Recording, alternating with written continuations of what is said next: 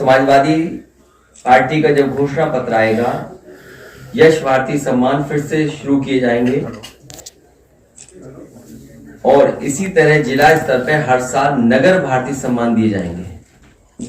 नगर के उत्कृष्ट समाज सेवियों, साहित्यकारों, पत्रकारों, कलाकारों, खिलाड़ियों के साथ ही नौकरी रोजगार सृजित करने वाले कारोबारियों, व्यापारियों, उद्यमियों तथा डॉक्टर, इंजीनियर, सीए व अन्य सेवाओं में उत्कृष्ट कार्य करने वाले प्रोफेशनल लोगों को भी राज्य और नगर के स्तर पर ये सम्मान पत्र दिए जाएंगे। और सबसे पुरानी और सबसे महत्वपूर्ण बात, जो हमारे सहयोगी साथ बैठे हैं, समय समय पर इन्होंने बात रखी है और ये बहुत ही महत्वपूर्ण बात इसलिए है कि जहां कर्मचारियों की सोशल सिक्योरिटी की बात है, उनकी सोशल सिक्योरिटी और इतनी सेवा के बाद उनके सम्मान के लिए, और जब उम्र ज्यादा हो रही, क्योंकि इधर उम्र भी, लाइफ एक्सपेक्टेंसी बढ़ी है, उम्र बहुत हो जाती है, तो उनके लिए जो सपोर्ट होना चाहिए, सपोर्ट के लिए, उनके रिस्पेक्ट के लिए और सोशल सिक्योरिटी के लिए समाजवादी पार्टी ने फैसला लिया है कि पुरानी पेंशन व्यवस्था की बहाली होगी जब समाजवादी सरकार उत्तर प्रदेश में बनेगी। हालांकि मैं पढ़ना चाहूं तो पूरा पढ़ भी सकता हूं, लेकिन हमारे पुरानी पेंशन व्यवस्था की बहाली के लिए घोषणा पत्र में हम लोग समाजवादी लोग शामिल करने जा रहे हैं। उत्तर प्रदेश के सरकारी सेवा में नियुक्त शिक्षक, कर्मचारी एवं अधिकारियों को सेवानिवृत्त होने पर जीवन यापन के लिए मासिक पेंशन दी जाती थी। इससे सेवा निवृत्त कर्मचारियों को आर्थिक सुरक्षा प्रदान होती थी। केंद्र में भारतीय जनता पार्टी की सरकार द्वारा वर्ष 2004 में नियमावली बनाई, जिसके आधार पर अप्रैल 2005 के बाद नियुक्त शिक्षक और कर्मचारी की मासिक पेंशन की योजना समाप्त की गई और नई पेंशन योजना लागू की गई, जिससे सेवानिवृत्त कर्मचारी एवं शिक्षक को सेवानिवृत्त होने पर एक मुश्त धनराशि प्रदान की जा रही है। इसके लिए 10% धनराशि कर्मचारी देता है और 14% सरकार देती है और इस पैसे को शेयर मार्केट में लगाया जाता है, जिससे इस व्यवस्था की विश्वसनीयता पर प्रश्न लगता है। मुझसे लगातार तमाम कर्मचारी और शिक्षक संगठन मिले और जिसमें हमारी बाईं तरफ बैठे हुए हैं, लगातार लड़ते रहे, बैठे, न जाने कितनी बार हमारी बैठकें हुई। केवल आपके साथ बैठक नहीं हुई, बल्कि कई हमारे जो एक्सपर्ट है, फाइनेंशियल चीजों को समझते हैं, जिनके पास अनुभव है, उनके साथ भी बैठक हुई। तब जाकर के ये समाजवादी पार्टी ने अपने मैनिफेस्टो में शामिल करने का फैसला लिया है। मुझसे लगातार तमाम कर्मचारी और शिक्षक संगठन मिले और उन्होंने पूर्व की भांति पुरानी पेंशन योजना लागू करने की मांग करी। इन लोगों ने लगातार आंदोलन और धरना प्रदर्शन किया, लेकिन इस कर्मचारी विरोधी सरकार ने इनकी बात नहीं सुनी। कमेटी भी बनाई, आश्वासन भी दिया, लेकिन इनकी बात इस सरकार भारतीय जनता पार्टी ने नहीं सुनी। मैं आज ये घोषणा करता हूं कि मेरी सरकार, समाजवादी सरकार बनते ही पुरानी पेंशन व्यवस्था बहाल कर दी जाएगी। इसमें जो भी धनराशि की आवश्यकता होगी उसकी व्यवस्था कर ली जाएगी। मैंने इस संबंध में कर्मचारी और वित्त विशेषज्ञों से वार्ता कर ली है। एक कॉर्पस बना करके इस धनराशि की व्यवस्था करने के लिए हम सक्षम हैं। संतुष्ट हैं आप लोग? सर, आपने आखिरी कैबिनेट में कैशलेस इलाज की व्यवस्था की थी। आने वाले समय में ये सरकार शुरू नहीं कर पाई है। उन्हें कर्मचारियों के लिए कैशलेस स्कीम जो समाजवादी सरकार में शुरू हुई थी, उन्हें शुरू होगी। वो तो कंप्लीट है, आपकी तरफ से कंप्लीट है, सरकार ने लागू नहीं होने दिया उसको। उसका नाम भी पंडित दीनदयाल उपाध्याय रख दिया था, उसको भी नहीं होने दिया। हमारी सरकार ने कर्मचारियों के लिए कैशलेस इलाज के लिए व्यवस्था की थी, जिसे सरकार ने लागू नहीं किया। ये न्यू पेंशन स्कीम को भ्रष्टाचार बताया जाता है, सर क्या कहेंगे इस पर आप? वित्त विहीन शिक्षकों को हम सम्मानजनक मानदेय की सहायता अतिरिक्त रूप से प्रदान करेंगे। समस्त तृतीय और चतुर्थ श्रेणी के कर्मचारियों को जहां तक संभव हो सकेगा गृह जनपद उसके निकट के जनपदों में तैनाती कराने का फैसला लिया जाएगा। अखिलेश जी, यश भारती में जिस तरह से आपने धनराशि को जोड़ा है, क्या नगर भारती में भी धनराशि जुड़ी रहेगी? बहुत छोटा सवाल पूछ रहे हो इतनी बड़ी योजना के सामने। सबसे बड़ा फैसला समाजवादी पार्टी का जो घोषणा पत्र में शामिल होने जा रहा है, पुरानी पेंशन योजना को बहाल किया जाएगा। अखिलेश जी, 2005 से पूर्व कर्मचारियों को मिलने वाली पुरानी पेंशन व्यवस्था लागू की जाएगी। उसके लिए किस तरीके से लागू होगी, फाइनेंशियल एक्सपर्ट जो जानकार लोग हैं उनसे राय मशवरा किया गया है। किस तरीके से कॉर्पस फंड क्रिएट किया जाएगा, उसका भी इंतजाम समाजवादी सरकार में होगा। अखिलेश जी, क्या पेंशन की राशि बढ़ाई जा रही है? फिलहाल इसी पे हमें काम कर लेने दो। उत्तर प्रदेश के सभी राज्य कर्मचारी शामिल होंगे इस पेंशन योजना? कर्मचारी भी होंगे और शिक्षक भी होंगे, सारे कर्मचारी और शिक्षक अधिकारी भी होंगे, जो इसमें आते हैं उस कैटेगरी को।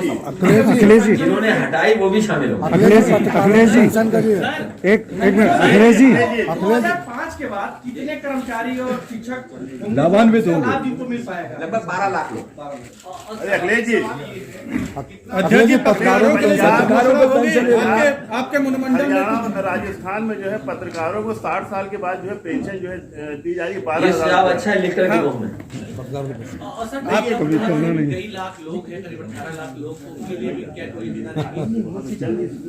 वो अभी पूरा हमारा घोषणा पत्र आने दो। आज कुछ मुख्य बिंदु आपके बीच में रखी हैं।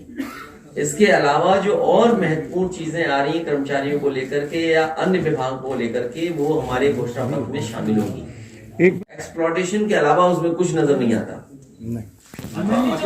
और सबसे बड़ा सवाल है कि जो प्राइवेटाइजेशन है और आउटसोर्स चीजें हैं, ये जो हमें अधिकार मिल रहे हैं संविधान से, आरक्षण का कैसे खत्म किया जाए, वो आउटसोर्स और प्राइवेटाइजेशन है एक रास्ता। ये भारतीय जनता पार्टी और वो लोग जो संविधान और आरक्षण और हमारे गरीब को, वंचित लोगों को अधिकार नहीं देना चाहते हैं, वो व्यवस्था लागू कर रहे हैं। आज सरकार से एक्सटेंशन की नई प्रथा चली, इस पर क्या करेंगे? मैनिफेस्टो का इंतजार करिए। सरकार ने एक्सटेंशन की नई व्यवस्था, इस पर क्या कहना है सर आपका? बहुत सारे ऐसे हैं जो उलझाई चीजें हैं। मैं आपसे कहूंगा कि जिस समय 2017 का घोषणा पत्र समाजवादी पार्टी ने रखा था, उसमें भी बहुत सारी ऐसी बातें थी जो आप कह रहे हैं, आंगनबाड़ी है या आशा कार्यकर्ता है, इनके बारे में जो कहा गया था। शिक्षा में तो जो वंचित हो गए शिक्षक बनने से, ये बहुत सारे सवाल हैं जिनको अभी घोषणा पत्र में शामिल होना है। क्या आप घोषणा पत्र का इंतजार नहीं कर रहे हैं? अखिलेश जी, एक सवाल और इसी से जुड़ा हुआ है। मैं ये जानना चाहूंगा कि आप जिस तरीके से कह रहे हैं कि आउटसोर्सिंग जो है एक तरीके से सही प्रैक्टिस नहीं है, लेकिन सरकारों का मानना है कि उससे अतिरिक्त भार पड़ता है सरकार के बजट के ऊपर भी, तो उसको आप कैसे टैकल करेंगे? आप कह रहे हैं आपने कई इकोनॉमिक्स जो अर्थशास्त्री उनसे बात की है इसको लेकर। जैसे पड़ोसी देश है, दिवालिया हो गया, तो क्या वो आउटसोर्स पे चला जाएगा देश का? सरकार अगर दिवालिया हो रही है तो क्या आउटसोर्स पे कर दोगे? तभी मैंने आपसे कहा कई बार कि भारतीय जनता पार्टी अगर सरकार में रही, ये हर चीज बेच रही है और एक दिन हो सकता है सरकार को ही आउटसोर्स कर दें। के बैनर तले निजीकरण को लेकर जबरदस्त विरोध हो रहा है सर, इस पर क्या कहेंगे आप? सरकारी संस्थानों को निजीकरण के खिलाफ समाजवादी पार्टी और तमाम वो लोग हैं जो समाजवादी हैं और अम्बेडकरवादी हैं, वो प्राइवेटाइजेशन के खिलाफ हैं। अखिलेश जी, एक पॉलिटिकल सवाल है कि आज फिर आपके परिवार से एक व्यक्ति को शामिल किया बीजेपी ने, प्रमोद गुप्ता जी, उन्होंने फिर आप पर वार किया है। कि ये सिलसिला चल रहा है, कोई परिवार शामिल होता है और आप पर वार करता है। मुझे तो ये बात समझ में नहीं आती है कि भारतीय जनता पार्टी को खुश होना चाहिए इस बात को लेकर के। भारतीय जनता पार्टी जो आरोप लगाती है परिवारवाद का, कम से कम हमारे परिवारवाद को तो खत्म कर रहे हैं वो लोग। इसके लिए उन्हें धन्यवाद देता हूं। पर आप कल से हमें आरोप लगा रहे थे। आशुतोष टंडन की बहू निशा टंडन ये काम भारतीय जनता पार्टी कर सकती है। उन्हीं से सवाल पूछिए। समाजवादी पार्टी किसी के घर में लड़ाई नहीं करा सकती। उन्होंने कहा कि अखिलेश जी, सवाल यही है कि ये आप अपने मनगढ़ंत मत कहिए कि बस हो सकता है तुम ही भारतीय जनता पार्टी के हो। पता करके बताओ ये भारतीय जनता पार्टी के तो नहीं है। हमें इनका मोहल्ले का पूरा एड्रेस देना, हम पता करेंगे वोट हमें कितने मिले हुए। आपने बड़ी बात कही। छापा पड़ता है। नहीं, हम ये नहीं करेंगे। ये परिवार में झगड़ा नहीं कराएंगे हम किसी। आपने एक बड़ी बात ये कही। कानूनी है, वो अपने कानूनी उसमें आपने एक करें। बड़ी बात कही कि समाजवादी पार्टी किसी घर में लड़ाई नहीं करवाती है, तो क्या आपको लगता है कि घर में आपके जो हो रहा है बीजेपी इसके पीछे जानबूझ के ऐसा कर रही है, लड़ाई करवा रही है आपके घर में? अभी तक आपकी आंख नहीं खुली। कैसे पत्रकार हो आप? आपको तो ये पता ही है। मैं प्रभावित आप हो रहे हैं, मैं नहीं।